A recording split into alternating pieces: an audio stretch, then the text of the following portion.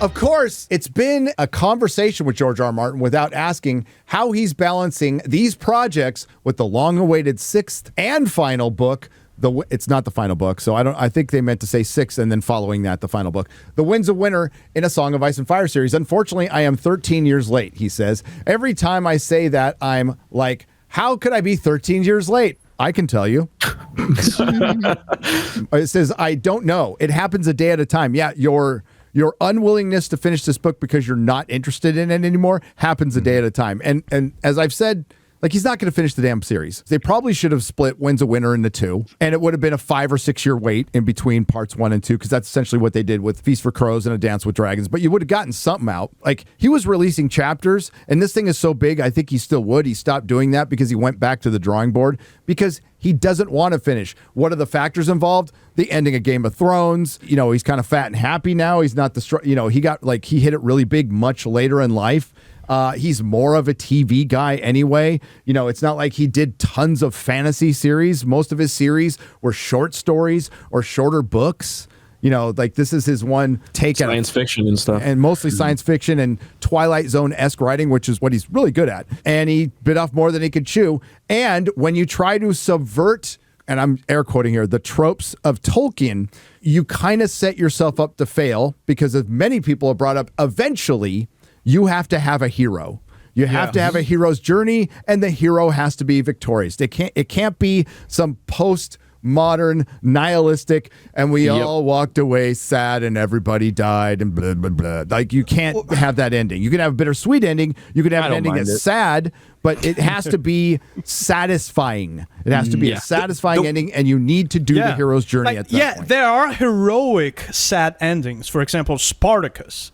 William Wallace's story, Braveheart. Yeah, but it's not nihilistic. But it follows a hero's journey. And there are heroes in A Song of Ice and Fire. There are. Mm-hmm. There definitely are. But he's got them going on all these fucking side quests forever, to where I don't know, like, how the hell you bring them all together. I think the way that he could have done it is essentially, like, when the White Walkers are there as a threat, everyone knows they're happening. It's like, well, one person has to be horrific to unite the entire land against something that's worse. And so he's there literally treating everyone like absolute crap, but it's only because if the White Walkers come, they're all dead. And so it's better to be oppressed and treated like crap than it is to die.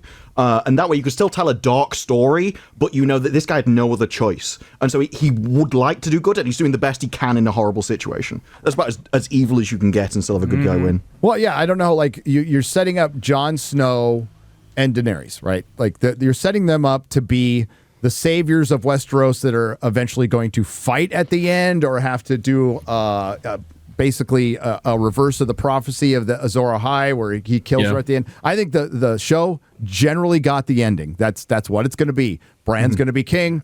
Jon's going to have to kill Dany. I think that stays in there. It's what leads to that. Do the White Walkers get past their front porch? I'm sure they do. Do they end up being the big bad? Probably not. They're probably a force of nature. Should be. But no, Euron is being set up as the big bad. Like, Euron. Gary, do you think R.R. Martin would have the balls, if he finished the books, do you think he would have the balls to depart from the show severely? Having in mind that the ending of the show is so hated. I think he's been trying to figure out a way to do it for fucking 5 years. Yeah, well, that's part of the reason, I believe, that he's been procrastinating this, because he knows he cannot do that. Well, he can do it. He 100% can do it if they do it right, because you have so many more elements in play. If young Griff comes in and takes King's Landing, and he's fucking anointed and he's celebrated because people think he's Aegon returned, and Daenerys has just done all this shit. She's given up so much to try to fight for these people, and then she gets there and they're cheering for fucking Aegon, who might not even actually be Aegon. I can totally see her fucking burning King's Landing and it not being this context thing like it was. They're setting something up with Cersei too, right? So Cersei and Euron, I can see them teaming up at some point if they survive. We don't know. Book-wise, we don't know. They went way off the rails on this, and Euron in the fucking show is terrible. Is utterly terrible. He's one of the best villains in the book, by far. He's fucking evil. He's absolutely evil. Actually, our boy, big fan of this show, Preston Jacobs did the fanfic on Did he finish it? He did. You know what? The other chapter of The Forsaken, you know, the one George released, which is, quite frankly, the best chapter of the entire book series. Yeah. He did a pretty decent follow-up of that. I'll give him credit. He did. I like Preston Jacobs' videos. Yeah. His videos were dope back in the day. But he loves us, man. Absolutely. Oh. Big fan. Big fan. But Ryan's right. Like, the show executed that ending poorly. Like, John ending up going off into the north, that's pretty much a happy ending for him, by the way. Yeah. That's pretty much, he doesn't want it in the show. But I can still see that happening. I could see Danny dying, and there's a way to put Bran on the throne that's not lame. Even though Bran has been completely ignored for the last couple of books. There's 3 chapters in the last book. The 3 chapters he's in are brilliant. They actually tell you a lot of story. I would say they're the tightest chapters in the book, quite frankly. The most happens during those chapters. Right now, we don't know if he's eating his friend Jojen or not. we have no fucking idea. Somebody had said this to me the other day, and it's like, the only reason I want Winds to come out is so I can see the Hodor scene. Because, like, that obviously had to be something that he told them and something that he planned out for a long time. It was. You know? It was. I would love to see that actually written out. Yeah. So, Sharice dying and hold the door are two direct things directly from the books. Now, leading up to that, I don't know, but those are definitely, George has already confirmed those are from the books. I think you're right. I think everything that happens in that show was what's going to happen in the book. Just we don't have the context that makes it all make sense. It doesn't piss me off. Like, we just don't have it, and we're never going to get it. The fill in the blanks is the problem. Yeah, because he gave it to people that clearly did not know how to fill in blanks.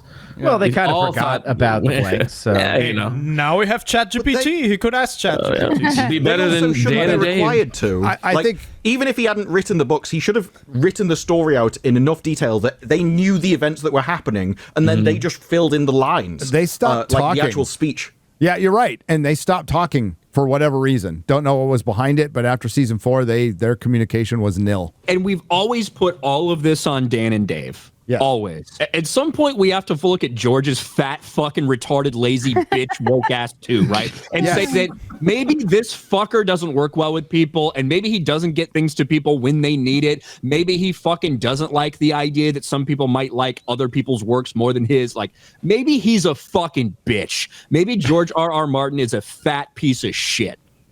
And to contrast that, likely is the problem behind what happened with Dan and Dave in later seasons. Well, To contrast that, Brandon Sanderson came out with a book today, and it's like the 5th book in a 10-book series, so he's finishing the first half arc. And he's gone, I'm going to take a break from this, I'm going to do another trilogy, then another 2 books, and then I'll go back to it. Not a single person is pissed, because they don't be like 1 or 2 years, he'll write 5 books out on the toilet or something, and then get back to it.